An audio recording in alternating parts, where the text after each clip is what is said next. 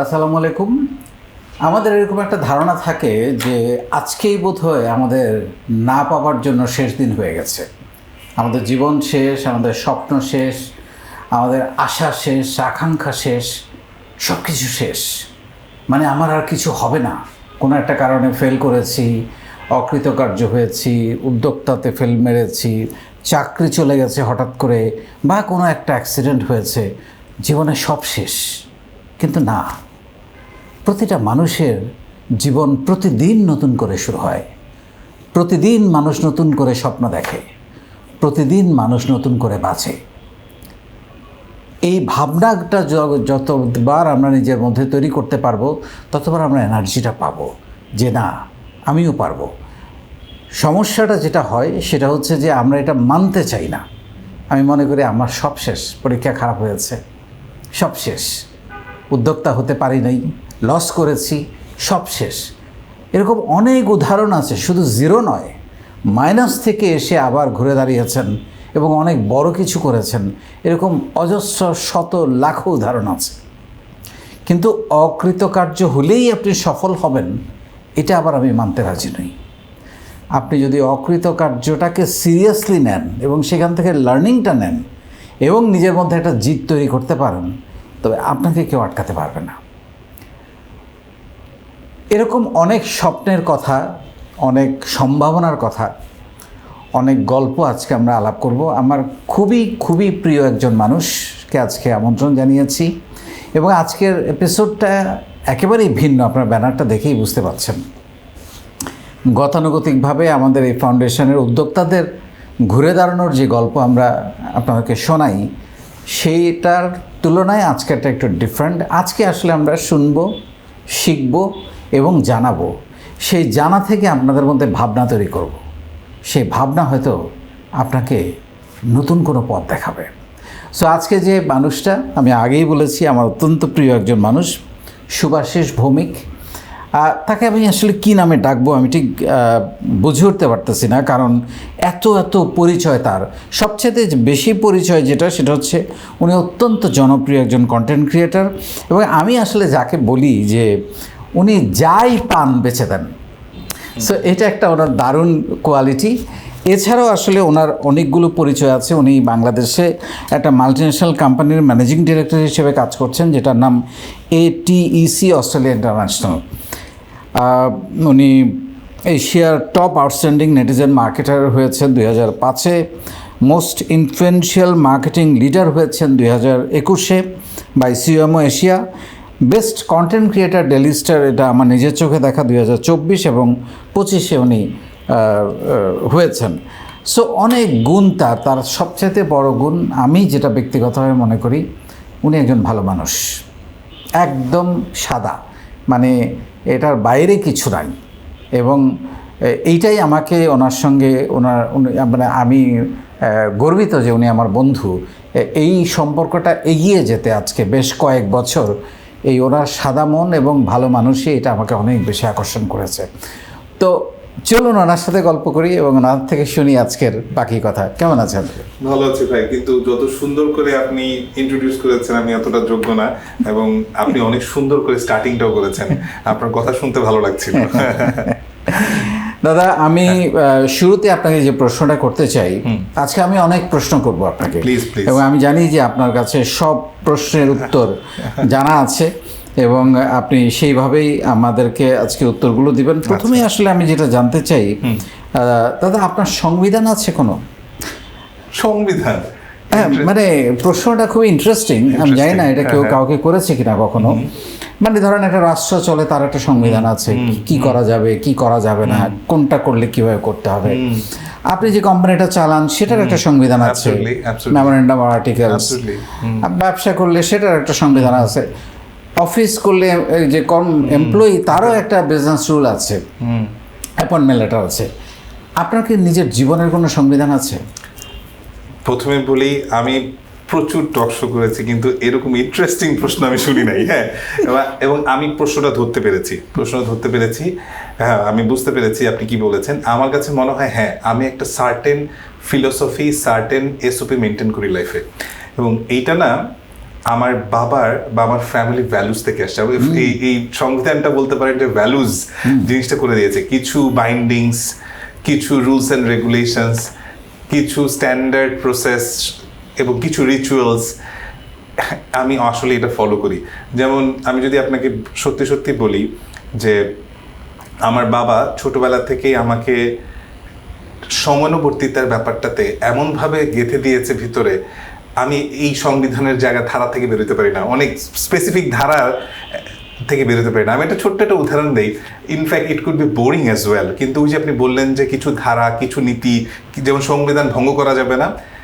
আমি লাস ভেগাসে গিয়েও আমার বন্ধুদের সাথে এনজয়মেন্ট করার বদলে একটা সার্টেন টাইম 11টা 11:30 দিকে আমি বিছানায় চলে গেছিলাম, যে বিকজ আমার কাছে মনে হচ্ছে ওই পার্টিকুলার ফিলোসফি থেকে এটা আমাদের চায়না ভিজিটে এরকমই ছিল, আমরা রাত জাগি না একদিনও। সো ওই জায়গাটা আমরা কিন্তু চাইলেই পারতাম সারা রাত মজ মস্তি করতে, বাট ডেফিনেটলি মজ মস্তি করা এক ব্যাপার, কিন্তু পার্টিকুলার লাইফস্টাইলের একটা ধারা থেকে বা ওই পার্টিকুলার ওই এসওপি থেকে সরে যাওয়ার ব্যাপারটা আমার কাছে মনে হয় ঠিক না, ওই পার্টিকুলার সাইকেল মেনটেন করা। সো এটা আমি করি, এবং ওই জিনিসটা আসলে আমার কাছে মনে হয় ফ্যামিলি ভ্যালুস থেকে এসছে। সো ওই পার্টিকুলার কিছু জিনিস থেকে আমি বের হই না। আমি মানুষ সিলেকশনের ক্ষেত্রে, মেশার ক্ষেত্রেও একটা পার্টিকুলার জিনিস মেনটেন করে চলি। সো আমি এক্সট্রোভার্ট টাইপের পিপল, আমি অনেক মানুষের সাথে মিশতে ভালোবাসি, কথা বলতে ভালোবাসি, কিন্তু ওখানেও একটা পার্টিকুলার সেগমেন্ট বা পার্টিকুলার দূরত্ব বা পার্টিকুলার একটা এসওপি মেনটেন করে চলার চেষ্টা করি আর কি।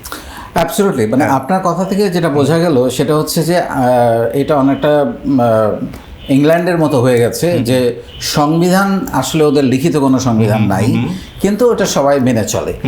কিন্তু আমাদের মতো দেশে আমি বলবো যে কেউ যদি, আমি আজকে প্রশ্নটা আমি ছুঁড়ে দিতে চাই সবার জন্য, কেউ যদি চিন্তা করেন আমি কিছু জিনিস লিখে ফেলতে চাই যে আমি লাইফে এটা করব, করব না, তাইলে কিন্তু সংবিধানটা রচনা হয়ে যায়, এবং এই লেখাগুলো কিন্তু মানুষকে আঘাত করে।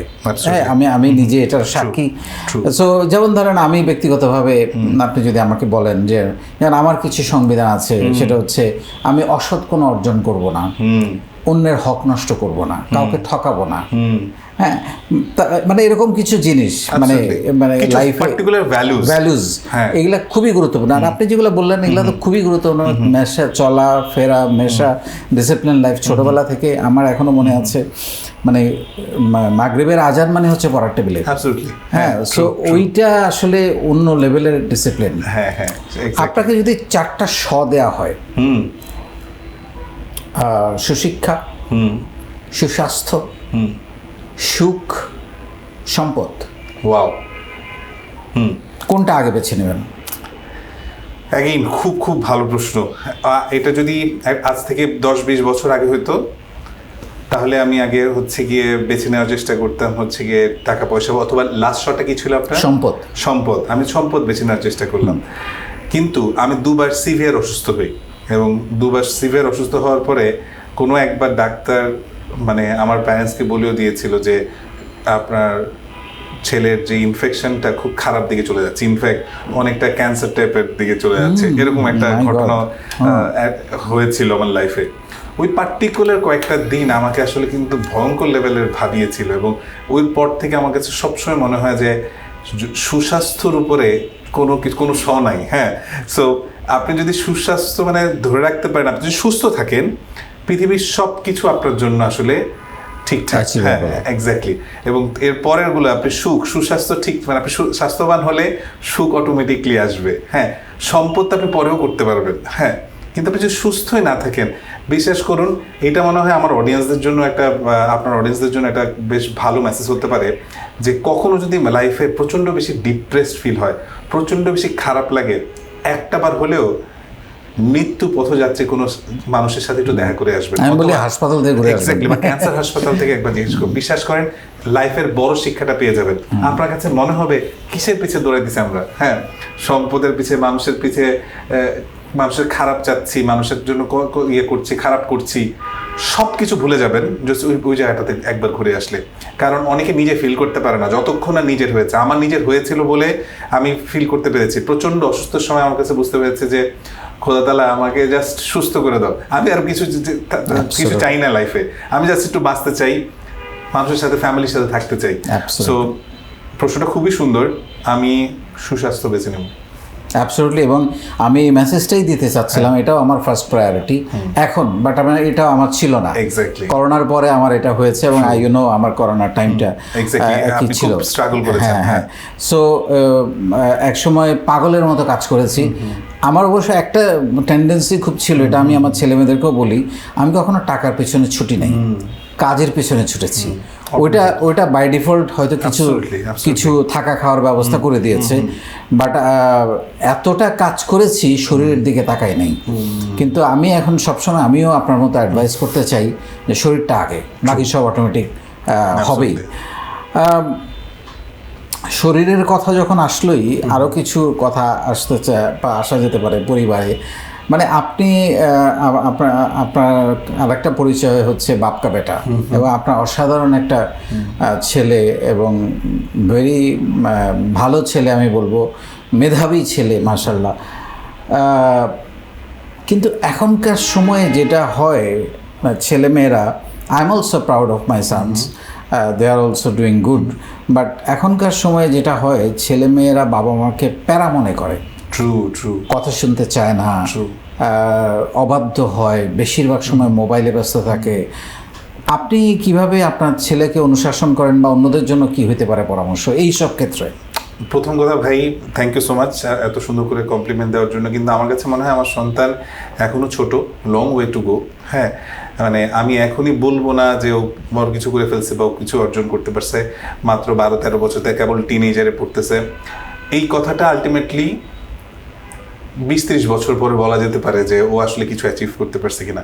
বাট আমি বলবো একটা জিনিস বলবো যে আমার বাবার জন্য অ্যাটলিস্ট বলতে পারি, হ্যাঁ, আমার বাবার জন্য আমি বলবো যে আমার বাবা একদিক দিয়ে হয়তো খুব সাকসেসফুল, হ্যাঁ, আমি যে খুব বড় কিছু করে ফেলছি তা না, কিন্তু আমি এখনো তার দেওয়া কিছু ভ্যালুস আমাকে টেনে ধরে। হ্যাঁ, সো আমাকে এখনো কখনোই মনে হয় না যে আমি বাবা মাকে ছেড়ে অন্য কোথাও থাকবো। ইটস নট লাইক যে বাবা মাকে যারা ছেড়ে তারা থাকে তারা খারাপ বা ভালো, আমি তা বলতে চাচ্ছি না। কিন্তু আমার কাছে ওই ফ্যামিলি বন্ডিংসের ভ্যালু সবচেয়ে বেশি। আমার কাছে সারা জীবন মনে হয়েছে সেই টাকার কোনো মূল্যই নাই, যে টাকা আপনি শুধু নিজের সুখের জন্য উড়াবেন, যে টাকাটা আপনি কারোর সাথে বন্টন করতে পারবেন না, এই জায়গাটা আপনি আপনার সবচেয়ে কাছের মানুষের কাছে বন্টন করতে পারবেন না। আমার কাছে কোনো মূল্য নাই। এই জন্য আমার কাছে প্রচুর অপরচুনিটি আসছে, ইউ নো মি, কিন্তু তারপর আমি কোথাও ছেড়ে যাওয়ার চেষ্টা করি না আমি কখনোই। সো আমার কাছে মনে হচ্ছে এই মোমেন্টটা আমার এনজয় করা দরকার। আমি ব্লেসড, আমি আমার বাবা মার সাথে থাকি, আমি একসাথে থাকি, এবং আমার সন্তান সেই সময়টুকু পাচ্ছে। সো কিন্তু এখনকার জেনারেশন একটু ভিন্ন ভাই। সো এই মোবাইল গ্যাজেট থেকে সরানো যায়, এটা খুব ডিফিকাল্ট ভাই। মানে প্রথম কথা, গ্যাজেট থেকে আপনি সরাতে পারবেন না। কেন পারবেন না? যেমন আমি আমার সন্তানের সাথে সেদিন কথা বলতেছিলাম, ওর সবকিছু পরীক্ষা এখন গ্যাজেট চলে এসে, আগে খাতাতেও নাই। হ্যাঁ, মানে আগে তো হচ্ছিল যে গ্যাজেটে পড়ে সবকিছু পরীক্ষা প্রিপারেশন নিয়ে খাতায় লিখতো। রিসেন্টলি আমি শুনছি ওর পরীক্ষা থেকে শুরু করে সবকিছু ডিজিটালি চলে আসছে। সো এখন পরীক্ষাও দেয় ডিজিটালি। সো এইসব ক্ষেত্রে থেকে আপনি সম্পূর্ণ সরাতে পারবেন না। কোনো না কোনো হোমওয়ার্ক করতে হয় ডিজিটাল ডিভাইসে, ক্লাস ওয়ার্কের একটা অনেক কিছু ইনফরমেশনস দেয়, অথবা হোমওয়ার্কের যে নোটিফিকেশনসগুলো আসে সব কিছুতে। তারপরও আমরা চেষ্টা করি, যখন আমরা এখন কন্টিনিউয়াসলি চেষ্টা করছি ওকে বলতে যে বলো যে তুমি যদি খেলতে চাও, ডিজিটাল ডিভাইসে খেলতে চাও, তোমাকে আমরা দিব, কত ঘন্টা খেলতে চাও, টাইম ঠিক তুমি ঠিক করো। হ্যাঁ, ও ঠিক করছে, বলছে যে না আমি 2 ঘন্টা খেলতে চাই। আমরা বলছি জিনিসটাকে চলো 2 ঘন্টা আমরা তোমাকে দিব, কিন্তু আমরা জিনিসটাকে আসলে 3টা ভাগে ভাগ করি। পরীক্ষা চলাকালীন সময়ে একদম না, পরীক্ষা শেষের 15 দিন 2 ঘন্টা করে করো, তারপর আবার যখন ক্লাস থাকবে এটাকে 1 ঘন্টা থেকে 1.5 ঘন্টার মধ্যে নিয়ে আসো। We discuss. সো এবং চেষ্টা করি ওই জিনিসটা মেনটেন করার। কিন্তু একটা জিনিস মাথায় রাখবেন যে আমার কাছে মনে হচ্ছে যে ওরা অনেক সময় আপনি যতভাবেই সুন্দর করে বুঝান, ওরা এটা ক্রস করে যেতে চায়, কারণ এটা একটা অন্যরকম, মানে একটা এডিকশনের মতো। আমার একটা এখানে আইডিয়া বা আমার বাস্তব অভিজ্ঞতা আমি শেয়ার করতে চাই, আমার মনে হয় সবার কাজে লাগবে। আমি আমার ফ্যামিলিতে বা আমার সন্তানদের জন্য যেটা করেছি সেটা হচ্ছে আমি ডেস্কটপ বা ল্যাপটপের উপরে তাদেরকে বেশি জোর দিয়েছি, এবং স্ক্রিনটা এমনভাবে রেখেছি যাতে আমি করিডোর দিয়ে হাঁটতে যাওয়ার সময় স্ক্রিনটা আমার চোখে পড়ে। খুব ভালো। হ্যাঁ, সো এটা খুবই গুরুত্বপূর্ণ। অ্যাবসলিউটলি খুবই গুরুত্বপূর্ণ। এটা তো করা উচিতই। আমরাও চেষ্টা করছি, আমাদেরও ডেস্কটপ, হ্যাঁ, কিন্তু স্কুলের জন্য তো ল্যাপটপ দিতে হয় সেটার জন্য। কিন্তু আরেকটা ব্যাপার আমার কাছে মনে হয়, যেটা আমার কাছে মনে হয়েছে যে এই মেসেজটা দেওয়া উচিত, যে আপনি যত কিছু করে আপনি দেখেন বা এখন করেন, সারাক্ষণ মনিটর করে আপনি এটা কন্ট্রোল করতে পারবেন না। বন্ধুত্ব দরকার, এর জন্য একটা দরকার। ওর সাথে আমাকে বলছি যে I don't want to control you, so I have some respect for you. হ্যাঁ, তুমি দয়া করে এই জিনিসগুলো করো না। এই জিনিসগুলো যদি করো, you lose respect in my eyes. যদি বাবার চোখে বা ফ্যামিলির চোখে রেসপেক্টটা না হারাতে চাও, এটা করো না। সো এই জিনিসটা, এই মেসেজটা দেওয়া উচিত। যে ইভেন আমার কাছেও মনে হতো যে আমি ছোটবেলায় কোনো ভুল কাজ করলে আমার সবসময় মনে হতো বাবা তো এটা পছন্দ করবে না। এখন ওই যে আপনি বললাম যে রাত 1টা-2টা আসলে বাবা তো এটা পছন্দ করবে, আমার তো বাবা আছে। সো ওই ভ্যালুসটা যদি, ওইটা তো আমার মধ্যে আছে, সো ওইটা দেওয়ার চেষ্টা করেছি রাদার দেন আমি কন্ট্রোলিং। তবে ভাইয়া আমি একটা কথা খুব দায়িত্ব নিয়ে বলতে চাই, সেটা হচ্ছে সব কিছু আসলে কিন্তু ফ্যামিলি থেকে আসে। আমরা যতই বলি না কেন স্কুল, ফ্যামিলি, মানে প্রত্যেকটা ছেলে মেয়ে আপনি যতই বলেন না কেন অতটা খারাপ হইতে পারবে না যদি পরিবারের অনুশাসনটা ঠিক থাকে। সো পরিবারের বাবা মাকে খেয়াল রাখতে হবে ছেলে মেয়ে কি করছে, কোথায় যাচ্ছে, এবং বন্ধুর মতো মিশতে হবে। হ্যাঁ, এবং আপনি একটা যে সুন্দর কথা বলেছিলেন যে বাবা মাকে দেখতে পারে না বা বাবা মার সাথে ভালো ব্যবহার করে না, ওই জিনিসটাই আর আলটিমেটলি যে দেখুন আমি তো আমার এই বয়সে এসেও আমি বাবা মার সাথেই থাকি। হ্যাঁ, চেষ্টা করছি সুন্দরভাবে যাতে একটা এখনো করার জন্য। আমার অনেক বন্ধু বান্ধবও থাকতে পারছে না বা বিভিন্ন কারণে নানান রকমের জটিলতা থাকতে পারে। সো জটিলতা থাকবেই, সো চেষ্টা করছি। সো অ্যাটলিস্ট আমার সন্তান তো চেষ্টা দেখছে যে আমি আমার বেস্টটুকু চেষ্টা করেছি একসাথে থাকার, ফ্যামিলি ভ্যালুসটা ধরে রাখার। সো আমার তরফ থেকে আমি চেষ্টা করতে পারি। ও ধরে রাখতে কি পারবে না এটা সময় বলে দিবে, বাট চেষ্টার কমতি নেই আর কি।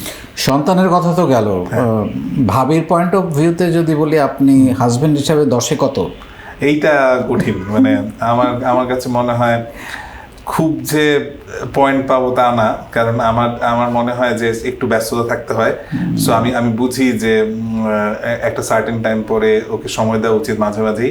সো আমি যেন যেটা করি কোয়ালিটি টাইম, হ্যাঁ কোয়ালিটি টাইম এক্স্যাক্টলি দেওয়া উচিত, আরো বেশি বেশি করে। আমার যেটা হয় যে সারাদিন পরিশ্রম করে একটা সার্টেন টাইমের পরে আমি ওই যে একটা বললাম, আমি একটা সার্টেন টাইম পরে আমি বেড টাইমটা আমার একটু আর্লি, সো ও আবার একটু রাত জাগতে ভালোবাসে। সো আমাদের দুজনের মধ্যে এই জায়গায় একটু, আমি আবার খুব ভোরে উঠি, ও একটু পরে ওঠে, ইট মেক সেন্স। সো আমাদের প্রথম দিকে এটা একটু ঝামেলা হতো যে আমাদের দুজনের টাইমিং এর এই জায়গাটাতে। সো এখন আমরা অনেকটাই হ্যান্ডেল করে ফেলছি। তো আমার কাছে মনে হয় আমি মিডিওকার নাম্বার পাবো 10-এ 6-7 বা 5 পেতে পারি। কিন্তু এটা পূরণ করার জন্য আমি যেটা চেষ্টা করি, আমি যখনই কোনো অফিসের কাজে দেশ বিদেশে যাই আমি চেষ্টা করি সাথে নিয়ে যাওয়ার জন্য, ওই সময়টুকু যাতে আমরা একটু ভালো সময় কাটাতে পারি। তখন এটা 9 চলে যায়। হ্যাঁ, ওই সময় নিলে আপনি 9 পাবেন। আচ্ছা, ফ্যামিলির কথা যখন আসলো, মানে আমরা ধরেন নাটক, সিনেমায় বা বিভিন্ন মুভিতে আমরা দেখি যে একটা ছেলে একটা মেয়ের সঙ্গে প্রেম করার জন্য কি না যুদ্ধ করছে, বাবা রাজি না, মা রাজি না, ছেলে গরিব, মেয়ে জমিদার, এটা সেটা নানান কিছু ঘটনা দেখি। এবং তারপরে একটা পর্যায়ে গিয়ে সবকিছু মেনে নিয়ে দুজনের বিয়ে হয়। বিয়ে করার পরে সিনেমা শেষ, তারা সুখে শান্তিতে বসবাস করিতে লাগিল। এখনকার পরিস্থিতিটা এরকম হলো, বিয়ের পরেই তো অশান্তিটা শুরু হয়ে যাচ্ছে অনেক ক্ষেত্রে। এইটার কারণটা কি, আপনার অ্যানালাইসিস কি বলে? আমার যেটা মনে হয়েছে কি বুঝছেন, প্রথম কথা হচ্ছে গিয়ে এখনকার যুগের থেকে বা আমাদের যুগের কথা আমরা বলতে পারি, বা আমাদের যুগের থেকে যদি আমি শুরু করি, দুইটা জিনিস। প্রথম 2 বছর না একটা অ্যাডজাস্টমেন্টের ব্যাপার আছে, এটা কিন্তু সবসময় ব্যাপার আছে, অ্যাডপশনের ব্যাপার আছে। আপনি একটা নতুন এনভায়রনমেন্ট, দুজনের জন্য কিন্তু নতুন এনভায়রনমেন্ট। সো আমাদের দেশগুলোতে কিন্তু এই ধরনের কাউন্সেলিং করা হয়, কোথাও পর্যন্ত বইয়ে বলা হয় নাই যে বিয়ের পর থেকে তোমার আসলে কি কি করা উচিত, কি করা উচিত না। সো আপনি আপনার একটা সার্টেন লাইফস্টাইল লিড করে আসছেন, একটা মেয়ে সব কিছু ছেড়ে আপনার কাছে আসছে, সো ওর জন্য কিন্তু জিনিসটা আরো কঠিন। এবং আমরা কি বলছি, হ্যাঁ তোমাকে কিন্তু আমাদের মতো করে চলতে হবে। এক্স্যাক্টলি, এটা খুব খুব ডিফিকাল্ট। তো এইখানটাই হচ্ছে ফাইটটা চলে। সো অ্যাডপশনের ব্যাপারটা, আপনি একটা এনভায়রনমেন্ট, আপনি যে কোনো জায়গায় ধরেন শীতকাল থেকে গরমকালে গেছেন, অথবা আপনি এখান থেকে আমেরিকা গিয়ে 4 রাত কি ঠিকঠাক মতো ঘুমাইতে পারবেন? প্রথম 3-4 রাত তো আপনাকে অ্যাডপ্ট করতে হবে এনভায়রনমেন্টে, কারণ আপনার ঘুমের সাইকেলটা ডিফারেন্ট। সো আমাদের না এভাবে কোনো জায়গায় শেখানো হয় নাই প্রেম করতে হলে কিভাবে করতে হয়, অথবা প্রেমের পর বিয়ে করার পর কি করতে হয়। এটার জন্য অনেক জায়গায় অনেকে কাউন্সেলিং নেয় বিয়ের আগে, কিন্তু এখন অনেক ধরনের কাকে বিয়ে করব, কম্প্যাটেবিলিটি ঠিকঠাক আছে কিনা, ফ্যামিলি ভ্যালুসগুলো ম্যাচ করে কিনা, এটা তো জানেই না অনেকে। সো ফ্যামিলি ভ্যালুস যখন ঠিক থাকবে না, আপনাকে এই দুটো ম্যাচ করানোর জন্য একটা সময় লাগবে, সেই সময়টাতে অনেকে অধৈর্য হয়ে যায়। এই জায়গায় ভাইয়া আমার খুবই একটা এটা মাই পার্সোনাল রিয়েলাইজেশন, আমি হয়তো আমার ফ্যামিলি থেকে শিখেছি বা আমার বোনদের দেখে শিখেছি। সেটা হচ্ছে, চিন্তা করেন একটা 22-23 বছরের মেয়ে, তার ঘর, তার বালিশ, তার বুকস, তার কাঁথা সবকিছু ফেলে একটা চলে আসছে, বাবা মা আত্মীয় স্বজন বন্ধু বান্ধব ভাই বোন সবাইকে ফেলে আপনার কাছে আসতেছে। আপনার কাছে আসার পর আপনি আপনার পরিবার সহ, আমি আমার পরিবার সহ সবাই মিলে তাকে বলতেছি আমাদের মতো হোক, যে আমাদের মতো করে চলতে হবে। Exactly. It's very কেন ভাই আমরা সবাই মিলে তার মতো হয়ে যেতে পারি না? হ্যাঁ, অথবা দুজন মিলে একটা মিউচুয়াল জায়গায় থাকতে হবে। হ্যাঁ, মানে এটা দুজনেই কিন্তু চেঞ্জ হয়ে যেতে হবে, একটা স্পেস তো দিতে হবে। এক্স্যাক্টলি, এই জায়গাটা আমার কাছে মনে হয়, এই জন্য আমার মনে হয় 2 বছর এটা মনে হয় সবাই এই পথ দিয়ে হাঁটছে। এবং আপনি যখন ওই পথ দিয়ে হাঁটবেন, পথ আপনাকে দেখায় দেয় যে আপনি আসলে কিভাবে হাঁটবেন। কিন্তু কিছু কিছু ক্ষেত্রে এই বুঝটা বা ম্যাচুরিটিটা যদি আগে থেকেও আপনাকে হেল্প করে দেয় যে আমি আসলে এই পথটা কিন্তু এরকম হবে, বন্ধুর হবে, ইউ হ্যাভ টু স্যাক্রিফাইস। মানে স্যাক্রিফাইস ওয়ার্ডটা যে দুদিক থেকেই হইতে হবে, দুজনকে আসলে বুঝতে হবে। আমার কাছে মনে হয় ওই জায়গাটাতে খুবই ইম্পর্টেন্ট। আর এখনকার জেনারেশন আমার কাছে মনে হচ্ছে ধৈর্যের অভাব। সো ইনফ্যাক্ট এই খুব তাড়াতাড়ি রেগে যাওয়া, একজনকে দোষারোপ করা, খুব তাড়াতাড়ি করে ফেলা, এটা হতেই পারে, বাট এত তাড়াতাড়ি একজনকে দোষারোপ করে স্যাক্রিফাইস মাইন্ডেড না হওয়া, এটা মনে হয় একটা বড় রকম কারণ হতে পারে। নিয়তটা খুব জরুরি যে আমি সংসারটা করব। হ্যাঁ, এক্স্যাক্টলি। এবং আমার না মনে হয় এরকম ভালো জিনিস বলছেন, যে আমার সবসময় মনে হয়, যেমন আমি ঝগড়া করার সময় আমি প্রথম 2 বছর আমার কাছেও ঝগড়া করতে ইচ্ছে হইতো, মানে কিছু বললে আমার পাল্টা রিপ্লাই দিতে ইচ্ছে হলো। একটা পর্যায়ে আমি বোঝা শুরু করলাম যে এটা মানে সব ছেলেই পরে বুঝছে যে এটার কনসিকুয়েন্সেস কি। আমি যদি ঝগড়া করতে থাকি, এটার এন্ড রেজাল্টটা তো দুদিকে যাবে। একদিক হচ্ছে আমি সারা রাত ঘুমাতে পারবো না, অথবা একটা খারাপ রিলেশনশিপে শুরু হবে, অথবা পাড়া প্রতিবেশী থেকে আমার বাবা মা থেকে সবাই জানবে। এই জিনিস করে লাভ কি, যে জিনিস করে ক্ষণিকের কালকের থেকে তো আমি আবার একইভাবেই থাকতে হবে। যদি আমি মানুষটাকে ভালোই বাসি, সো এই কনসিকুয়েন্সেসগুলো, তার জিনিসগুলো তার তরফ থেকে একটু দেখা বা তার জায়গা থেকে দেখা। সো ছেলেদের মনে হয় ওই জায়গাটা প্রথম দিকে ধৈর্য একটু কম থাকে, পরে সব ছেলেই হয়তো বুঝে যায় যে how to handle that situation. আমরা একটু এখন আপনার কাজের জায়গায় আসি। কিভাবে সবকিছু বেচে দেন, মানে টেকনিক? আচ্ছা, এটা বিশেষ করেন আমি আজকে একটা সেমিনারে বলছিলাম যে প্রত্যেকের একটা ইন্টারনাল স্ট্রেংথ জায়গা থাকে। ধরুন আপনি খুব সুন্দর করে উপস্থাপনা করেন, নিশ্চয়ই আপনি ছোটবেলায় ভাবেন নাই যে আপনি ভালো একজন উপস্থাপক হবেন বা ভালো একজন পরিচালক হবেন, এ ধরনের প্রতিষ্ঠাতা হবেন, ভাবেন নাই। কিন্তু একটা সার্টেন পর্যায়ে আপনি বুঝতে পারছেন ইনার স্ট্রেংথ। সো আমার কাছে মনে হয় আমি একটা পার্টিকুলার টাইমের পরে আমি বুঝতে পেরেছিলাম যে আমার ইনার স্ট্রেংথ কি। আমার ইনার স্ট্রেংথ আমার কাছে মনে হয়েছে আমি যে কোনো জটিল জিনিসকে সহজ করে বলতে পারি, এটা আমার ইনার স্ট্রেংথ। সো যখন আমি পারি এবং আমি ওই জিনিসটা সুন্দর করে বোঝাতে পারি। সো কোনো জিনিস যখন সুন্দর করে বোঝাতে পারেন এবং জটিল জিনিসটাকে সহজভাবে বোঝাতে পারেন, সো সেই জিনিসটা আপনাকে কনভে করা, মানুষকে বুঝতে হেল্প করে। প্লাস আমি কখনো কোনো ব্র্যান্ডের সাথে যখন আমি কাজ করি, আমি সবসময় প্রবলেম স্টেটমেন্টটাকে নিয়ে চিন্তা করি, প্রোডাক্ট নিয়ে চিন্তা করি না। আপনি প্রোডাক্ট বেচতে যান নাই, আপনি চিন্তা করতে হবে কি সমস্যার সমাধানটা করছে এবং আদৌ কি সেই সমাধানটা মানুষের উপকারে আসছে কিনা। সেটা যদি মানুষ কানেক্ট করতে পারে, তাহলে তো ডেফিনেটলি এটা ভ্যালু বুঝতে পারবে। সো মানুষ যদি বুঝে যে এটা মানুষ কানেক্টই করতে পারতেছে না, মানুষ ভ্যালুও বুঝবে না। সো আমার মেইন কাজ থাকে কিভাবে বের করা এই কোন প্রবলেম স্টেটমেন্টটা সলভ করছে এবং মানুষ আসলে ওই প্রবলেম স্টেটমেন্টের জন্য কি চায়। এই দুটার আনসার যদি প্রোডাক্টটা দেয়, তাহলে ওই জটিল জিনিসটাকে সহজ করে বোঝানোর দায়িত্ব আমার। অ্যাবসলিউটলি অ্যান্ড ডেফিনেটলি অসাধারণ স্টোরি টেলিং। এটা একটা, আমাকে যদি 5টা রিজন আপনি বলেন, মানে একজন ভালো বিক্রেতা হইতে হইলে, মানে আমি সেল করতে চাই, আমি আমার প্রোডাক্টটা সেল করতে চাই, মানুষের কাছে পৌঁছাতে বা তার মনোজগতে পৌঁছাতে চাই, কোন 5টা জিনিস একটা মানুষের থাকা দরকার? সবার আগে বিক্রি করার মানসিকতা নিয়ে গেলে হবেই না। এক নাম্বার, এটা হলো প্রথম। একদম বিক্রি করার মানসিকতা নিয়ে জীবনে হবে না। Try to understand the need, মানে যে নিডটা বুঝতে হবে এবং এই নিড বোঝার পরপরই বুঝতে হবে যে আমি যে প্রোডাক্টটা সেল করতেছি তার কোন প্রবলেম স্টেটমেন্টটা সলভ করতেছে। সো প্রবলেম প্রবলেম সলভ করতেছে, যেই প্রবলেম স্টেটমেন্টটা সলভ করছে সেই প্রবলেম স্টেটমেন্টটা আমার প্রোডাক্ট দিচ্ছে কিনা সেইটা তাকে গল্পর মতো শেয়ার করা, স্টোরি টেলিং করতে হবে। স্টোরি টেলিং এর পরে আমার যেটা দেখতে হবে তাকে পুশ না করে সেই জিনিসটা তাকে কিভাবে বেনিফিট করবে, এক্স্যাক্টলি বেনিফিট দিচ্ছে কি দিচ্ছে না সেই জিনিসটা করলে আই এম শিওর সে যদি একটা বার ওটা আন্ডারস্ট্যান্ড করতে পারে এবং এটা কনসিস্টেন্টলি, এটা একবার হতে পারে, এটা বলা হয় যে পার্টিকুলার একটা মানুষ কোনো কিছু সিদ্ধান্ত নিতে 7টা জায়গা থেকে তার টাচ পয়েন্ট লাগে। সো আপনাকে আসলে সেভাবেই যে আজকে আসছি, আজকে সেল করে না যাওয়ার জন্য প্রবলেম স্টেটমেন্টটা শুনলাম, ওনার নিডটা বুঝলাম, ওনাকে আমার বেনিফিটটা বুঝালাম এবং সেই প্রবলেম স্টেটমেন্টটা বুঝে বেনিফিটটা বলার পরে ওনাকে ওই ব্রিদিং স্পেসটা দিতে হবে ডিসিশন মেকিংয়ের জন্য। এই পথে গেলে ইউ কুড সেল এনিথিং। আপনি তো যেহেতু ডিজিটাল মিডিয়াতেই কাজ করেন এবং আপনি ডেটা অ্যানালাইসিস করেন, আমি জানি, আমি নিজেও দেখেছি। যেহেতু আমাদের এখন বেশিরভাগ উদ্যোক্তা অনলাইনে কমার্স, ওয়েবসাইটের মাধ্যমে সেল করে, তাদেরকে মানে হুক করার জন্য তাদেরকে কি টিপস দিবেন আপনি? মানে খুব এক্স্যাক্টলি আমার কাছে যেটা মনে হয়েছে যে এখন অ্যাগেইন আবারও যদি বলছি, digital is a very big field. হ্যাঁ, তো সবার প্রথমেই প্রোডাক্ট হাতে নিয়ে বেচতে যায় না, এইটা সবচেয়ে বড় ভুল। মানুষ অ্যাড দেখতে চায় না, মানুষ বুঝতে চায় তুমি আমার জীবনে কোন জায়গাটাতে ভ্যালু অ্যাড করতেছো এবং মানুষ ইনফরমেশন চায়, টিপস।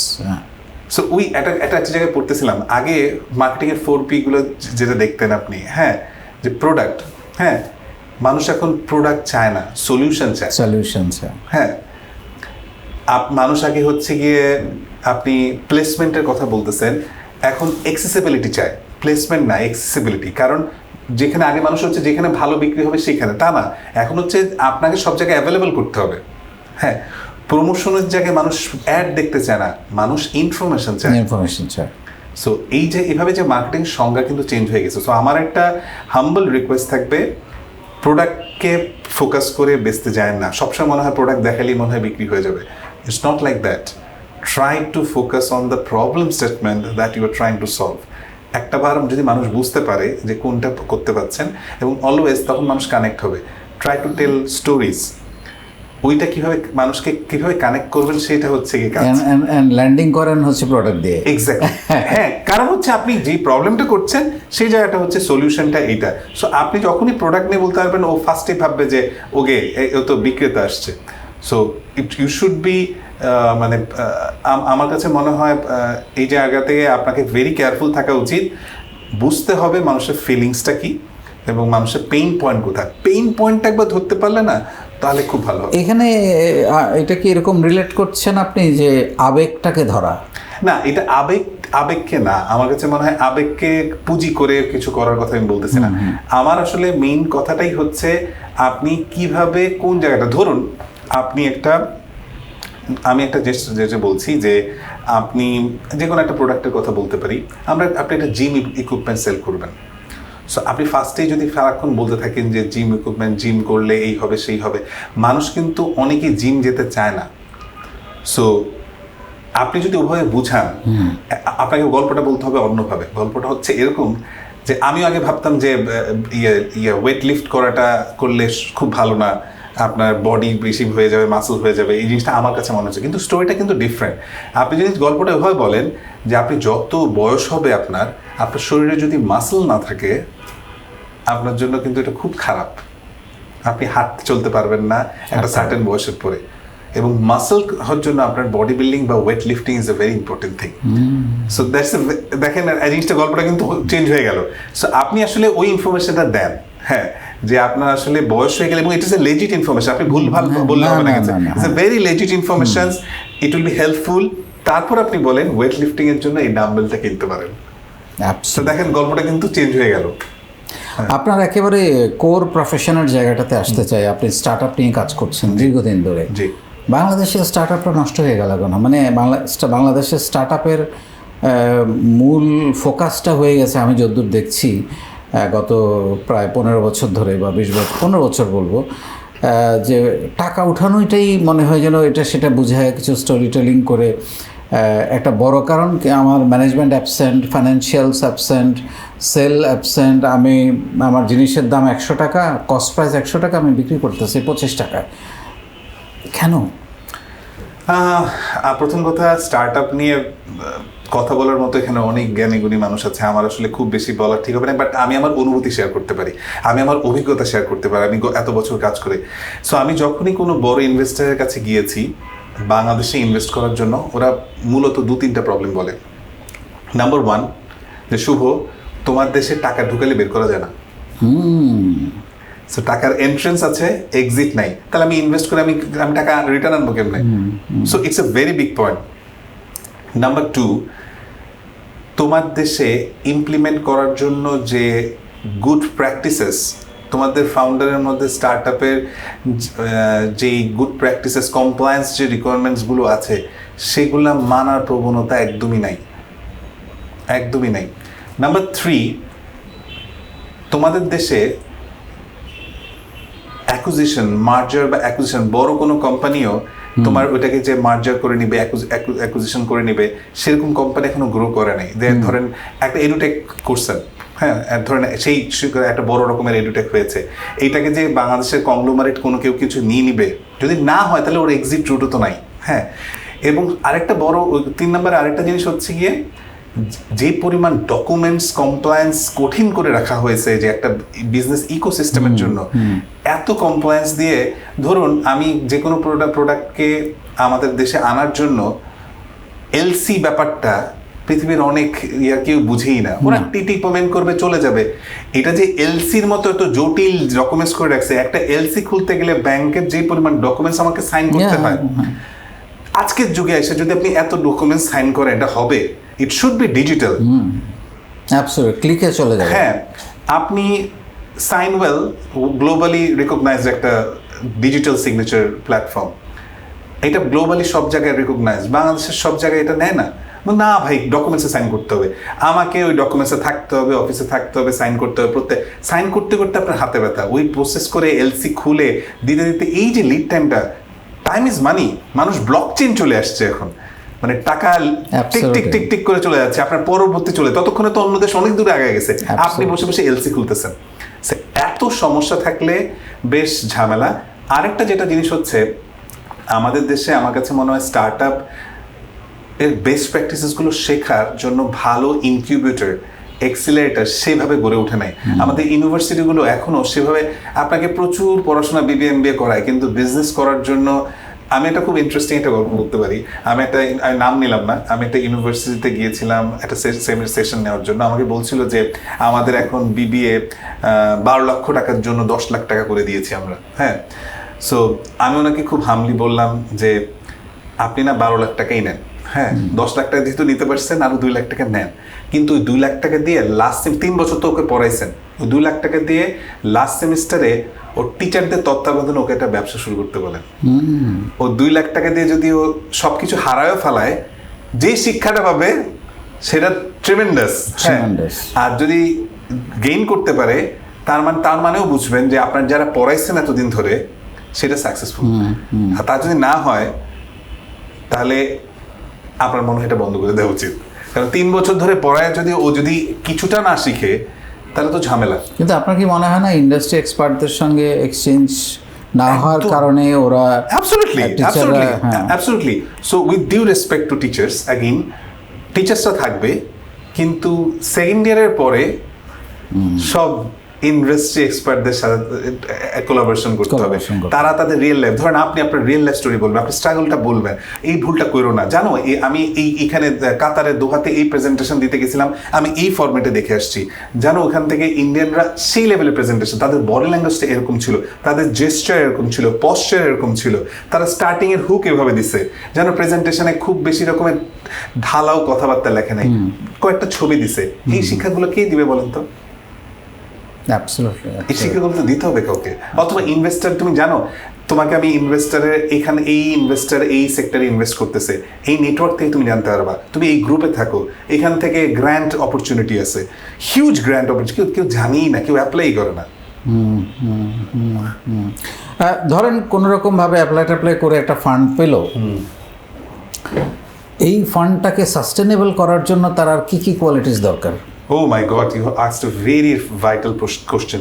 So প্রথম কথায় আমাদের দেশে যে পরিমাণভাবে ফান্ড পাওয়ার পরে নিউজ হয়, কোনোদিন আমি দেখি নাই নিউজটা হয়তো ওই ফান্ডটা কোথায় ইউটিলাইজ হয়ে ও কোথায় আছে। ফান্ড পাওয়ার পরে না কোম্পানিগুলোকে আমি নাই আমি আমি আমি আপনার নাম না বলি, মানে বাংলাদেশে খুব প্রচলিত একটা কথা আছে যে যাদেরকে এরকম ফান্ড আনার কারণে অনেক অ্যাওয়ার্ড দেওয়া হয়েছে, পরবর্তীতে কোম্পানি নাই হয়ে গেছে। অ্যাবসলিউটলি, বিকজ দুইটা কারণ হচ্ছে কি ফান্ডের পরে না গেমটা অন্যরকম। এতদিন ছিল আইডিয়েশন স্টেজ, এখন হচ্ছে scalability.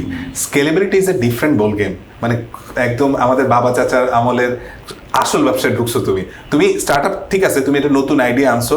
Scalability is a different ball game. Scalability should be lean. এখানে তোমার ক্ষেত্রে সবসময় ফর্মুলা থাকতে হবে ওরকম, তোমার আয়ের চেয়ে ব্যয় কোনোদিন বেশি হতে পারবে না।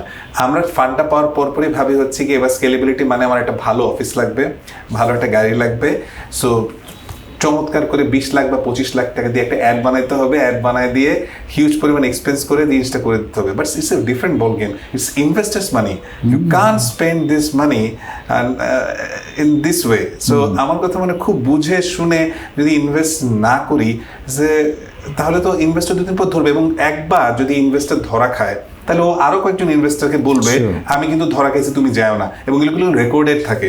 কিন্তু তাহলে কি হবে, বাংলাদেশে তাহলে আরো এরা আসা শুরু করবে না। ধরুন ইতালির একজন ইনভেস্টর বাংলাদেশে অলরেডি ধরা খেয়েছে, ও কি তাহলে বাকিদেরকে বলবে না যে ওরা কিন্তু রিটার্ন দেয় না? ফোরাম তো ঘুরে ফিরে এক্স্যাক্টলি। আর একই বল গেমটাই আমরা যদি ডিফারেন্ট চেঞ্জ করে ফেলি, আমরা খুব প্রফেশনাল, আমরা ফেল করতে পারি, কিন্তু আমি প্রচন্ড প্রফেশনাল ছিলাম, প্রত্যেকটা জিনিস ঠিকঠাক মতো করছি, আমি টাইম টু টাইম আপডেট করেছি আমার ইনভেস্টরকে, এই হচ্ছে সিচুয়েশন, এই হচ্ছে চ্যালেঞ্জেস, তুমি একটু ওয়েট করো, আমি এভাবে করতেছি।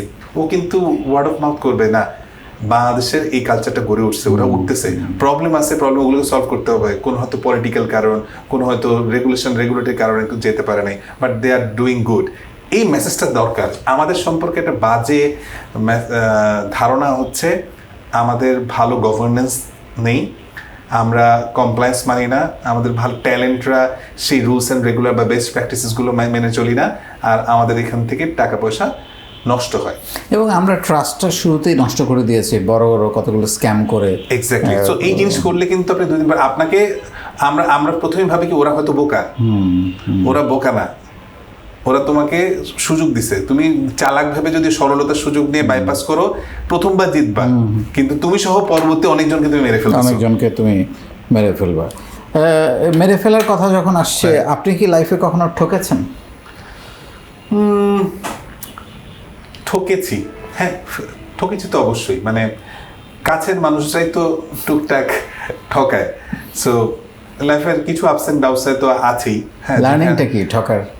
লার্নিংটা হচ্ছে কি জানেন, কাউকে খুব বেশি রকমভাবে অন্ধভাবে বিশ্বাস করতে হয় না। হ্যাঁ, সো প্রত্যেকটা জিনিস খুব কাছের মানুষকে হলেও যে বললে বিশ্বাস করতে হয় না, নিজের ইনভলভমেন্স দরকার। মানে আপনি চোখ বন্ধ করে কাউকে বিশ্বাস করে ছেড়ে দিয়েছেন কোনো কিছু এবং এক্সপেক্ট করতেছেন সব কিছু ঠিকঠাক থাকবে, নট পসিবল। এই জায়গাটাতে আমার আপনার মানে মতামত শুনতে চাই, বা আমার এক্সপিরিয়েন্স যেটা, আমাদের বেশিরভাগ মানুষ বিশেষ করে বাংলাদেশের জেলা মফস্বলে যারা থাকে, ইভেন আমাদের প্রবাসে যারা থাকে, আপনি তো প্রবাসে গেলেই খোঁজ খবর নেন তাদের, আমার সাথে তো তারা ভেরি ওয়েল কানেক্টেড। আমি তাদেরকে মানে পা ধরা বাকি আছে যে বাবা তোর পকেটের টাকাটা তুই কাউকে দিস না, নিজের কাছে রাখ। অ্যাবসলিউটলি ভাই, অ্যাবসলিউটলি। আমি একটা জিনিস শেয়ার করি। আমি এই সপ্তাহে আমি আফ্রিকা থেকে আসলাম। আফ্রিকা থেকে আসার পথে আমি ইথিওপিয়া হয়ে আসছি, আদিস আবাবা ইয়েতে। ওখানে ইথিওপিয়ান এয়ারপোর্টে আমি একটা খারাপ জিনিস দেখলাম যে এটা হচ্ছে কি বিশাল লাইন। আমি বুঝলাম এটা বাংলাদেশিদের লাইন। কারো হাতে কোনো লাগেজ নাই, কোনো ব্যাগ নাই, কোনো মোবাইল নাই, পাসপোর্ট কিচ্ছু নেই, শুধু একটা ডকুমেন্ট। এদের সবাইকে অবৈধভাবে সৌদি আরবে যাওয়ার কারণে ওখান থেকে ফেরত দেওয়া হয়েছে। আমার কাছে যে কী যে খারাপ লাগলো ব্যাপারটা, এবং আমি কয়েকজনের সাথে কথা বললাম, আমি বুঝছেন খুব আগ্রহ নিয়ে কথা বললাম। আগ্রহ নিয়ে কথা বলার পরে যেটা বুঝলাম, 22 দিন হয়েছে টোটাল ওখানে গেছে, 2 দিন গেছে যেতে, গিয়ে ধরা খাইছে, 18 দিন জেলে ছিল, 20 দিন আর 2 দিন ফেরত। হচ্ছে বিশ্বাস, আর সব বিশ্বাস করে 3-4 লাখ টাকা 5 লাখ টাকা করে কাজের জন্য গেছে। সো আজকে আমি একটা সেশন নিচ্ছিলাম, ওখানে আমি বলতেছিলাম উইথ অল ডিউ রেসপেক্টস যে আমাদের যারা প্রবাসীরা আছেন তারা যে কাজগুলো করছেন তারা তো ভালো কাজ করতে জায়গায় আছেন, কিন্তু স্কিলের জায়গাটা যদি একটু ডেভেলপ করতেন, হ্যাঁ ধরেন কথার কথা আমরা ক্লিনিং করছি, ঠিক আছে, আমি যদি প্লাম্বিং জবটাতে একটু যেতাম, একটু ওয়েল্ডিংয়ের জায়গাটাতে যেতাম, একটু স্কিল বেস যেতাম, তাহলে কিন্তু আমরা সবাই মিলে এই জায়গাটাকে আরো বেশি ডেভেলপ করে ফেলতে পারতাম এবং যে পরিমাণ রেমিটেন্স আসতো, সম্মান আসতো আরো বেশি আমাদের জগে। এবং আই এম শিওর, কিন্তু আমার কথা হচ্ছে এই জায়গাটাতে না ওনাদের থেকেও রেগুলেটরি থেকে শুরু করে কারো উদ্যোগ নেওয়া উচিত এই মানুষগুলোকে একটু হলেও গ্রুম করা, কিভাবে স্ক্যাম থেকে এড়াবে, কিভাবে একটু ডিজিটাল, একটু কয়েকটা ইংলিশ বা কমিউনিকেশন চমৎকার কিছু হয়ে যেতে পারত। যেমন আমি কয়েকটা জিনিস আপনাকে, যেহেতু সবাই শুনছে কাজে লাগবে, যেমন ধরেন তাদের একটু ইংরেজি অল্প স্বল্প বলতে পারা, অ্যাবসলিউটলি, হ্যাঁ, তারপরে হচ্ছে লিডারশিপের জায়গাটাতে একটু, ছোটখাটো, যেহেতু টিম চালাতে হবে, ছোটখাটো, তারপরে হচ্ছে money management, this is very important, they don't know money management. তারপরে হচ্ছে hotel management, light engineering, catering, cooking, cleaning, heavy গাড়ি ড্রাইভিং, রোড কনস্ট্রাকশন, নার্সিং, খুবই demand. Absolutely, electrical and electronics, mechanical engineering, মানে যেটা লাইট মোবাইল টেকনিশিয়ান খুবই দরকার। Absolutely. তারপর ইলেকট্রিকের কাজ, আপনি যেটা বললেন একটু আগে, প্লাম্বিং, এসির কাজ, রাইট, গাড়ির গ্যারেজের টেকনিক্যাল কাজ সেরকম।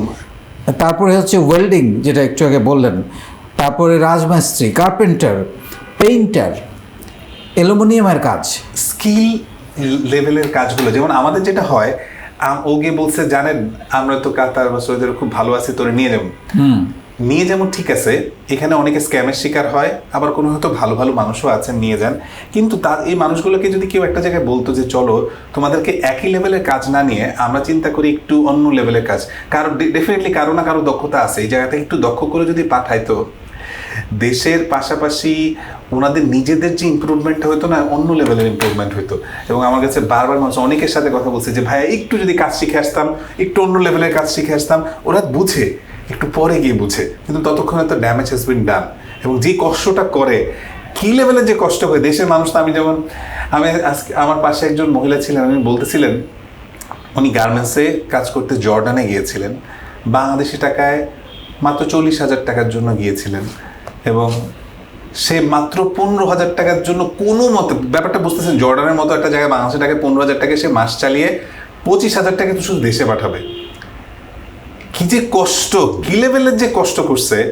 কিন্তু এই একই জিনিসটাই যদি একটু আরেকটু স্কিল ডেভেলপমেন্ট করে ওদেরকে একটু, যদি একটু কয়েকটা ইংরেজি শেখা, একটু কমিউনিকেশন, কিছু ওয়ার্ক ইথিক্স জানা, সম্মানটাও বেশি বেড়ে যেত, স্যালারিটাও বেশি বাড়তো, এবং ওনারা যাদেরকে ডাকতো পরের লেভেলটাতে। আমাদের কাছে মনে হয় এই পরের 10 বছর আমাদেরকে সময় দেওয়া উচিত, কিভাবে আমরা একটু পরের লেভেলে যাব।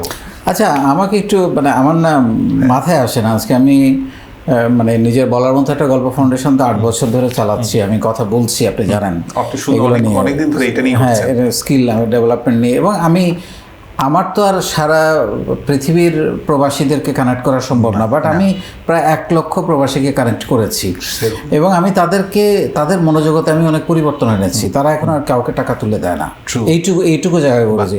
এবং এমনও করেছি যে এসেই কি করে, দুবাই থেকে আসছে, আগে একটা বাড়ি বানাইতে হবে, তারপরে কি হয় 5 বছর 7 বছর পরে বাড়ি থেকে কিন্তু কোনো ইনকাম আসতেছে না, 5-7 বছর পরে তার বাজার খরচের টাকা নাই।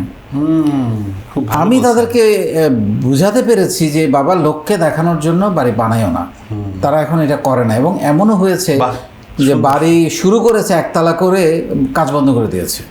এই জায়গাগুলো তাদের জন্য তৈরি করেছি। আর সবচেয়ে বড় কথা, প্রবাস থেকে তারা তো গ্রিন কার্ড পাবে না মধ্যপ্রাচ্যে, কোনো একদিন ফেরত আসতে হবে। তারা ভয়ে আসতে পারে না, পরিবারেরও প্রেশার থাকে, বাবা এসব করবা কি। সো এখন এই আমার নেটওয়ার্কে যারা আছে তারা অন্তত জানে যে তারা কি করবে, সেই জায়গাটা আমি তাদের তৈরি করে দিয়েছি, সেই স্কিলটা আমি তাদের তৈরি করে দিয়েছি। এবং আলহামদুলিল্লাহ 8 বছরে প্রবাসী সহ বাংলাদেশের ছেলে মেয়েরা সহ ওদেরকে আমি প্রায় 30 লাখ ছেলে মেয়েকে পর্যন্ত প্রশিক্ষণ দিয়েছি, অ্যান্ড হুইচ ইজ মানে যেটা ওয়ার্ল্ড রেকর্ড বলা যেতে পারে, সেটা হচ্ছে প্রতিদিন এবং বিনামূল্যে। এটা বাংলাদেশে এর আগে কেউ কোনোদিন করে না, আপনি নিজেও সাক্ষী। আপনার মূল্যায়নটা যদি একটু বলেন। না, আমি আমি আপনাকে অসম্ভব মানে ধন্যবাদ দিতে চাই, কারণ আমার রিয়েলি ফিল হয়েছে এই মানুষগুলোর জন্য কেউ কথা বলে না। এই মানুষগুলো যারা কথা বলে তাদের জন্য অসম্ভব স্যালুট।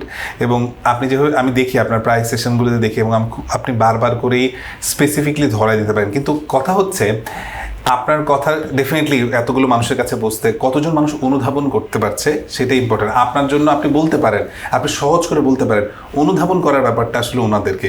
আই এম শিওর 8 বছর ধরে চালাচ্ছেন, আরও কিছুদিন পরে মানুষের মধ্যে একটা ডিফারেন্ট একটা চেঞ্জ পাবেনই আপনি।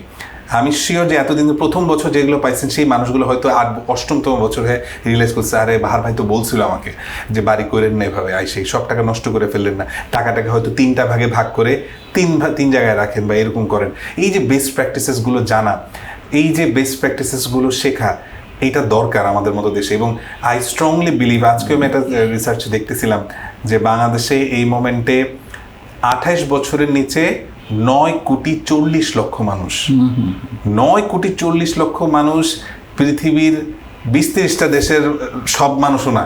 হ্যাঁ, তার মানে আমাদের কি লেভেলের, আপনি জাস্ট ভাবেন এই যে আপনি যে কাজগুলো করতেছেন এই 9,40,00,000 ইয়োদ্ধের জন্যই তো এই মানুষগুলো যদি ইন্সপায়ার্ড হয়, এই মানুষগুলো সত্যি স্কিল ইমপ্রুভমেন্টের দিকে যায়, বাংলাদেশ কোত্থেকে কই যাবে? আপনি শুনলে অবাক হবেন, এর মধ্যে আমি অন্তত 1000-এর উপরে মানুষকে একটা অভ্যাস তৈরি করতে পেরেছি যে প্রত্যেক মাসে 500 টাকা জমাও। বাহ, এটা আমি বিশেষ করে প্রবাসীদেরকে, ইভেন আমি তাদেরকে এটাও বলেছি, আমাকে কেউ বলে স্যার আমার তো টাকা থাকে না, তার মানে কিছু নেশা টেশা ছেড়ে দাও, সিগারেট খাও, এটা করো, হাঁটো, গাড়িটা ইউজ করো না। আরেকটা বলেছি যে তুমি মাসে হয়তো ধরো 25,000 টাকা পাঠাও গ্রামে, বলে যে আগামী মাস থেকে আমি 24,000 টাকা পাঠাবো, কষ্ট করে চলো, ওই 1,000 টাকা সেভ করো। নানানভাবে তাদেরকে আমি বোঝানোর চেষ্টা করতেছি। তো আসলে এই জায়গাটা খুব গুরুত্বপূর্ণ, মানে তাদেরকে। এবং আমি আসলে আপনাকে যে প্রশ্ন এতগুলো কথা বললাম যে কারণে, আমাদের দেশের সবাই জানে যে আমরা আমাদের বাংলাদেশ থেকে শুধু মধ্যপ্রাচ্যের 1.25 কোটি লোক পাঠিয়েছি। আমরা সবাই জানি এদেরকে সামান্য কিছু স্কিল ডেভেলপমেন্ট করে দিতে পারলে আমাদের রেমিটেন্সটা দ্বিগুণ হয়ে যাবে।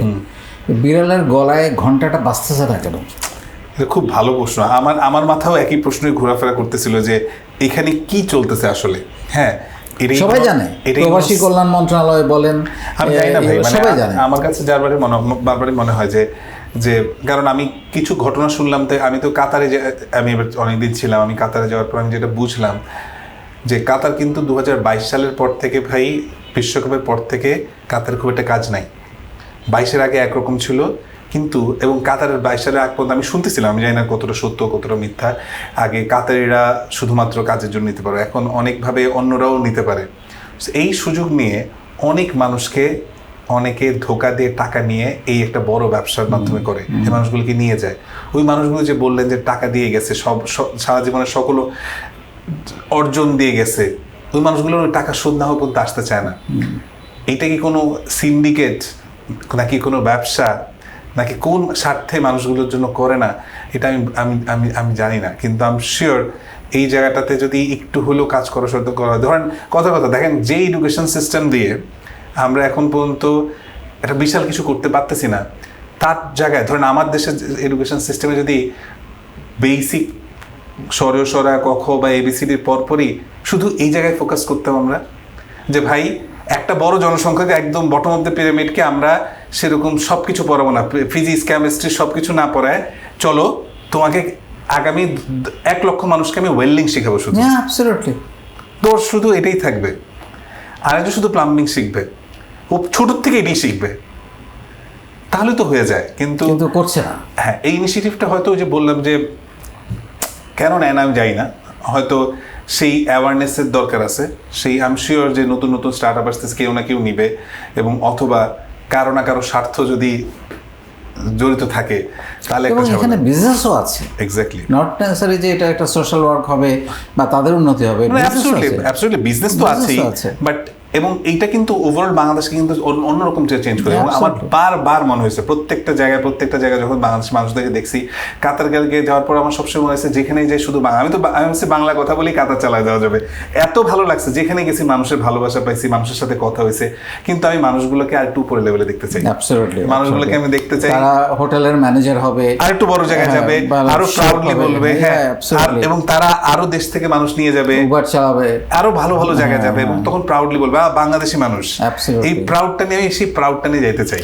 আপনার সঙ্গে সুভাষদা যেভাবে শুরু করেছে এমনও রাত পার করে দেওয়া যাবে, টপিক খালি আসতেছে একটার পর একটা। আমি একদম আপনার পার্সোনাল ইয়েতে চলে আসতে চাই যে আপনি তো ডেফিনেটলি নিজের জন্য টাইম স্পেন্ড করেন। এই পয়েন্টটা আমি একটু আপনাকে দিয়ে বলাতে চাই। আমি খুব বলি যে তোমার নিজের জন্য একটু সময় বের করো। আমরা এত ব্যস্ত, এত নয়েজ, এত কিছু নিয়ে আমরা, বা এত মানুষের জীবন নিয়ে, পরিস্থিতি নিয়ে, তারপরে হচ্ছে যে আমরা কিছু না চাইলেও আসতেছে, এই মারা যাচ্ছে, এটা হচ্ছে, ওটা হচ্ছে, দেশের এই সমস্যা, এটা নানান কিছু চলে আসতেছে, এনজাইটি। আমাদের নিজের জন্য কিন্তু কোনো সময় নাই। এটা কতটা দরকারি? এইটার উপরে তো কিছুই নাই। এটা তো মাস্ট দরকার। এবং self grooming is the best grooming. So আপনি যদি নিজেকে ডেভেলপ না করেন, সময়ের সাথে নিজেকে চেঞ্জ না করেন, তাহলে আপনি কিভাবে পরের ধাপে যাবেন? আপনি তো জানতে হবে। সো আমি সবসময়, আপনি আমাকে চেনেন, আপনি জানেন যে কোথায় কি হচ্ছে পৃথিবীর, সেটা সম্পর্কে আমি আপডেট থাকতে চাই।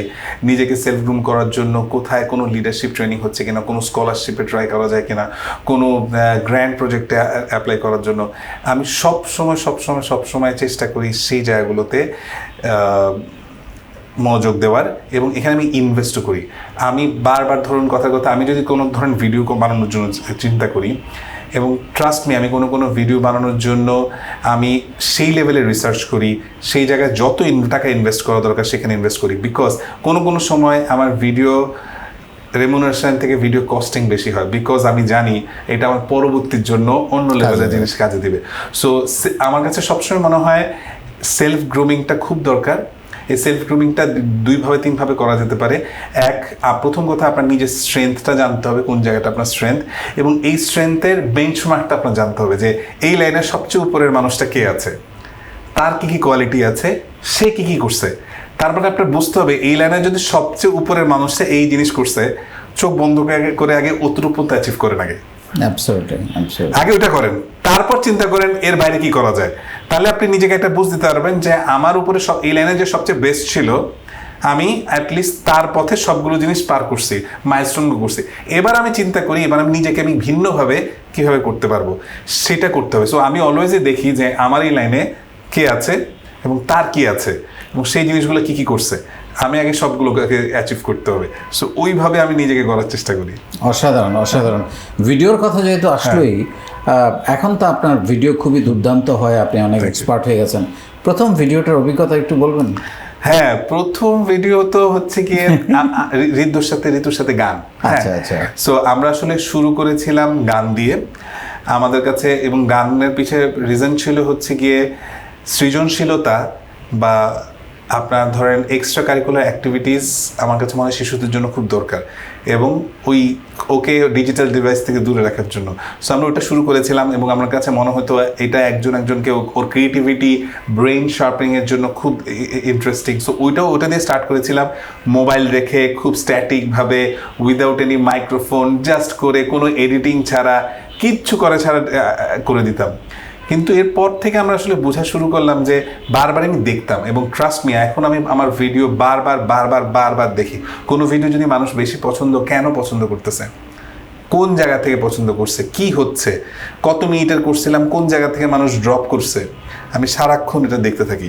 তাহলে আমি বুঝতে থাকি, আচ্ছা আমার পরের ভিডিওতে আমি এই ইমপ্রুভমেন্ট করবো। এবং আমার এই 6-7 বছরের জার্নিতে আমি প্রত্যেক মোমেন্টে গত ভিডিওতে যা ভুল হয়েছে, পরের ভিডিওতে আমি একই ভুল না করার চেষ্টা করি, নতুনভাবে নতুন কিছু করার চেষ্টা করবে। যেটা কাজ করতেছে সেটা করি, যেটা কাজ করতেছে না সেটা অ্যাভয়েড করার চেষ্টা করি। ভুলের কথা যেহেতু আসলোই, হ্যাঁ, এরকম বড় কোনো ভুলের কথা মনে পড়ে বা রিগ্রেট লাইফে? আমি এটা একটা ভালো কথা বলছেন। ভুল তো ছোটখাটো ভুল হয় প্রায়, বড় ভুল, আমার বড় ভুলের কথা যেখান থেকে একটা লার্নিং হতে পারে আমাদের সবার জন্য। আচ্ছা, ইনস্ট্যান্ট আমার আসলে কোনো বড় ভুলের কথা বা রিগ্রেট? রিগ্রেট ইভেন আমি ওই টাইপের মানুষই না। আমি আমার লাইফে আমি সারাক্ষণ যেটা ফিল করি যে আমি লাইফে রিগ্রেটই করতে চাই না। সো আমি বর্তমানকে খুব বেশি প্রাধান্য দিই এবং বর্তমানকে আমি ভালোভাবে এনজয় করার চেষ্টা করি, প্রত্যেকটা মোমেন্ট এনজয় করার চেষ্টা করি এবং চেষ্টা করি মানুষের সাথে মিশতে। সো আমার রিগ্রেট লাইফে খুব একটা বেশি এখন পর্যন্ত নাই। কিন্তু মানে হয় না এরকম যে ও তো একটু বেশি রিয়াক্ট করে ফেলেছি, এভাবে না বললেও পারতাম, এরকম তো হয়ে যায় অনেক সময়, কন্ট্রোল করা মুশকিল হয়ে যায়। ট্রু। আমি যেটা বলছিলাম যে আমি আসলে একটা সার্টেন টাইমের পরে আমি আসলে নিজেকে একটু অন্যভাবে আমি গুছিয়ে ফেলছি এবং আমি সবসময় আমি একটু অন্যভাবেই চলার চেষ্টা করি যাতে আমাকে রিগ্রেট না করতে। এবং আমার সবসময় মনে হয় যে অবস্থানেই আছি আল্লাহ যা দিছে তাতে আমি খুশি এবং সেই অবস্থান থেকে আমি আমার পরের লক্ষ্যের দিকে যাব। আমি রিগ্রেট করার মতো অবস্থায় আমি যা তার মানে এই রিগ্রেট, ভুল, এই সব কিছুর উৎপত্তি কিন্তু হচ্ছে মেজাজ হারানো। ট্রু। আমি চেষ্টা করি এবং আমরা আসলে মেজাজ হারাইয়ে আমাদের কোনো লাভ লাইফে হয় না, পুরাটাই লস। অ্যাবসলিউটলি। সো আমাদের আসলে রাগ থেকে দূরে থাকা। অ্যাবসলিউটলি। আমি প্রচন্ড চেষ্টা করি। যেমন আপনি আপনার ভাবির সাথে কথা বলছেন, আপনি আপনার ভাবিকে জিজ্ঞেস করতে পারেন, লাস্ট 13 বছরে আমি কোনোদিন ঝগড়াতেই যাইনি। হ্যাঁ, আমি কোনোদিনও কোনো ঝগড়াতে যাই না। আমি জানি যে ওই জায়গায় আমি টেম্পারমেন্ট হারাইলেই হবে। আমি ওই আগের থেকেই আমি কোনোভাবে ওই পথেই নেই। আমি আগের থেকে অন্য পথে চলে যাই, যাতে কোনোভাবে যে এমন কিছু করার চেষ্টা করিই না যাতে ওই জিনিসটা উৎপত্তি হতে পারে, কারণ এটার এন্ডিংটা ভালো, পেইনফুল। আমরা একদম শেষের দিকে আমি বলতে চাচ্ছি না, আমার মনে হয় প্রসঙ্গে আমি একটু আগে বলছিলাম যে আমির খান একটা শো করেছে 6 ঘন্টা। আমার তো ভালো লাগছে, আপনার সঙ্গে যেভাবে ঢুকে গেছি আরো কয়েক ঘন্টা কথা বলা যাবে, তো শেষ করতে হচ্ছে যেহেতু টাইম, আপনি আজকে সারাদিন ব্যস্ত ছিলেন। একদম লাস্ট 2 মিনিট এটা আপনার জন্য, ক্যামেরা ইজ অন, আপনার মনে যা আসে আপনি বলতে পারেন, নিজের কথা আমাদের দর্শকদের জন্য বলতে পারেন। এখানে লাখ লাখ ইয়থরা আছে সারা বাংলাদেশ থেকে, সারা পৃথিবী থেকে, তাদের জন্য বলতে পারেন। This is floor is years. আমার কাছে মনে হয়েছে যে আগেইন আমি আজকে ওই স্ট্যাটিস্টিক্স থেকে শুরু করতে চাই যে আমি প্রচুর দেশ ভ্রমণ করেছি। সেই প্রচুর দেশটা ভ্রমণ করার পর আমার কাছে এখনই মনে হয় সবাই তো চাবে নিজের দেশকে উপরে দেখতে, এবং আমি একদম মন থেকে চাই বাংলাদেশকে আগামী 10-15 বছর একটু অন্য জায়গায় দেখতে। কিন্তু অন্য জায়গায় দেখা তখনই সম্ভব যদি আমরা নিজেরা চেঞ্জ হই, এবং নিজেরা চেঞ্জ হওয়ার জন্য তখনই সম্ভব এই যে ইয়থ 15 থেকে 29 বছর বয়সের 9,40,00,000 ইয়থ, যদি তারা চিন্তা করে এখন সব কিছু আছে, ওয়ার্ল্ডের বেস্ট প্র্যাকটিসেসগুলো একটু জানবো, পৃথিবীতে কী ঘটতেছে, ওরা কীভাবে চলতেছে। ওরা সারাক্ষণ এরকম হিংসা বিদ্বেষ নিয়ে নাই, কমেন্টসে গিয়ে একজনকে গালিগালাজ করে না, এগুলো সময় নষ্ট। আপনি নিজে কিছু করার চেষ্টা করি, নিজের স্ট্রেংথটা খুঁজে বের করি। I am sure you have some strength. একটা জাস্ট বলতে চাই, পুরো অস্ট্রেলিয়া মিলে মানুষ হচ্ছে 2 কোটি। ওই 2 কোটি মানুষ থেকে প্রতি বছর ক্রিকেটে ভালো করে, ফুটবলে ভালো করে, অলিম্পিকে গোল্ড মেডেল পায়। ওরা তো অন্য কিছু খায় না। ওরা আগে বর্বর জাতি ছিল একরকম, অনেক আগে অনেক জায়গায়। সিঙ্গাপুরে মানুষগুলো জেলে ছিল। সো আমরা তো আমাদের পরদাদা, আমরা সবসময় বলি আমাদের জমিদার ছিল, আমাদের রাজবংশ ছিল। তো সেই জায়গার থেকে একজন জেলে যদি 25-30 বছরে চেঞ্জ হয়ে এরকম হয়ে যায়, সিঙ্গাপুর চেঞ্জ হয়েছে সব মিলে 30 বছরে। সো এই 30 বছরে আমি দেখতে চাই এই 9,40,00,000 মানুষ প্রত্যেকে তাদের হিডেন ট্যালেন্টটা খুঁজে বের করার চেষ্টা করবেন। প্রত্যেকে কিছু পজিটিভ, ক্রিয়েটিভ, এমন কিছু করা যেটা দেশকে অন্য লেভেলে নিতে পারে, গ্লোবালি রিকগনিশন পেতে পারেন। শুধু এই লক্ষ্যটার দিকে যদি কেউ ছুটে, পড়াশোনায় খুব ভালো হইতে হবে এমন কিছু না। ট্রাস্ট মি, আপনি সারাদিন সাঁতার কাটেন, চিন্তা করেন মাইকেল ফেলিপস এত রেকর্ড করছে, আমি সারাক্ষণ এইটাকে টার্গেট নিয়ে দৌড়াতে থাকি। তো কেউ তো অ্যাটলিস্ট না পারলে অলিম্পিক পর্যন্ত যেতে পারবে। শুরুটা আপনি করলে পরের জন্য করে ফেলতে হবে। আমাদের ক্রিকেট যেভাবে শুরু হয়েছে। সো আমার কাছে মনে হয়, আমার হাম্বল রিকোয়েস্ট, আমি আগামী 10-12 বছর পর্যন্ত যদি আল্লাহ বাঁচায় রাখে, আমি দেখতে চাই এই 9,40,00,000 মানুষ একটা অন্যরকম বাংলাদেশ গড়বে। অলরেডি শুরু হয়েছে সেই বাংলাদেশ গড়া, কিন্তু কোথায় কোথায় হারায় যায়। খুব কষ্ট লাগে যখন দেখি এই হিংসা বিদ্বেষ, মারামারি, একজনকে গালিগালাজ, এই জিনিসগুলা প্রচণ্ড রকমভাবে নিজেকে হেয় করে, পুরো পৃথিবীর কাছে আমাদেরকে হেয় করে। এবং আমাদেরকে বাংলাদেশ যখন আমরা বলি, তখন একটা অন্যরকম, ওদের চোখে রেসপেক্টটা থাকে না। সো আমি চাই প্রত্যেকটা বাঙালি পৃথিবী যেখানে যাবে সবাই যাতে রেসপেক্টের চোখে মানুষগুলোকে দেখে। এবং একটা মানবিক বাংলাদেশ তৈরি করতে পারি আমরা। Absolutely. আমাকে অনেকে জিজ্ঞেস করে যে আপনি এই কাজ কেন করেন, টাকা পান না, পয়সা পান না, প্রতিদিন প্রায় 4-5 ঘন্টা সময় দেন। আমি উত্তর এটাই দেই যে আমি বাংলাদেশের জন্য কাজ করছি। সো আসলে বাংলাদেশের জন্য আমাদের প্রত্যেকেরই কাজ করার জায়গা আছে। দাদা, আপনাকে অসংখ্য অসংখ্য ধন্যবাদ আজকে এসে আমাদের সঙ্গে এত সুন্দর একটা আড্ডা দেওয়ার জন্য। Thank you so much. এবং ভবিষ্যতে আবারও খুব Absolutely. স্পেসিফিক কোনো, আজকে তো এলোমেলো টপিক ছিল, বাট স্পেসিফিক টপিক নিয়ে ডেফিনেটলি আমরা আলাপ করব। কিন্তু আপনার সাথে কথা বলতে খুব ভালো লাগছিল। সেম ভাই, আমিও এত সুন্দর করে আপনি প্রশ্ন করছেন, ফ্ললেস, আমারও ভালো লেগেছে। Thank you. যে নিজেকে ভালোবাসে না সে পৃথিবীর কাউকেই ভালোবাসতে পারে না। আমাদের সবার আগে নিজেকে ভালোবাসা উচিত। একটা মানুষ যদি নিজেকে ভালোবাসে তার পক্ষে খারাপ কাজ করা অসম্ভব। সে নিজেকে অসুন্দর করতে পারে না যদি সে নিজেকে ভালোবাসে। আমরা যে এত রকমের অন্যায়, এত রকমের খারাপ কাজ, এত রকমের অমানবিক কাজ বা এত রকমের সততা, এত কিছু করছি, তার পিছনে একটাই কারণ, আমরা আসলে আমাদেরকে ভালোবাসি না। সো আমাদের নিজেদেরকে ভালোবাসতে হবে, তবেই আপনি একজন যোগ্য নাগরিক হয়ে উঠবেন। আর আপনার ভেতরে যে সম্ভাবনা আছে এটাকে খুঁজে বের করার চেষ্টা করেন। কারণ এই ঘুমন্ত প্রতিভাটাকে আপনি যতক্ষণ না জাগিয়ে তুলতে পারবেন, যতক্ষণ না আপনি বেরিয়ে না পড়বেন, যতক্ষণ না আপনি খুঁজবেন, যতক্ষণ না আপনি নিজেকে প্রশ্ন করা শিখবেন, যতক্ষণ না বলবেন ওয়াই, আমি এটা কেন করব, কিভাবে করব, কোথায় করব, কার জন্য করব, কিভাবে করব, এই প্রশ্নগুলোর উত্তর যদি আপনি খুঁজে পান, আপনাকে আসলে কেউ থামাতে পারবে না। আজকে যিনি অতিথি সুভাষিস দা, তার পুরো আলোচনা থেকে আমি ডেফিনেটলি আমি বিশ্বাস করি যে আপনাদের মধ্যে একটা নতুন ভাবনা তৈরি হয়েছে, একটা নতুন জগৎ তৈরি হয়েছে। যে জগৎটা, যে ভাবনাটা হয়তো আপনাকে আজকে থেকে নতুন করে ভাবতে শেখাবে। অনেক ধন্যবাদ।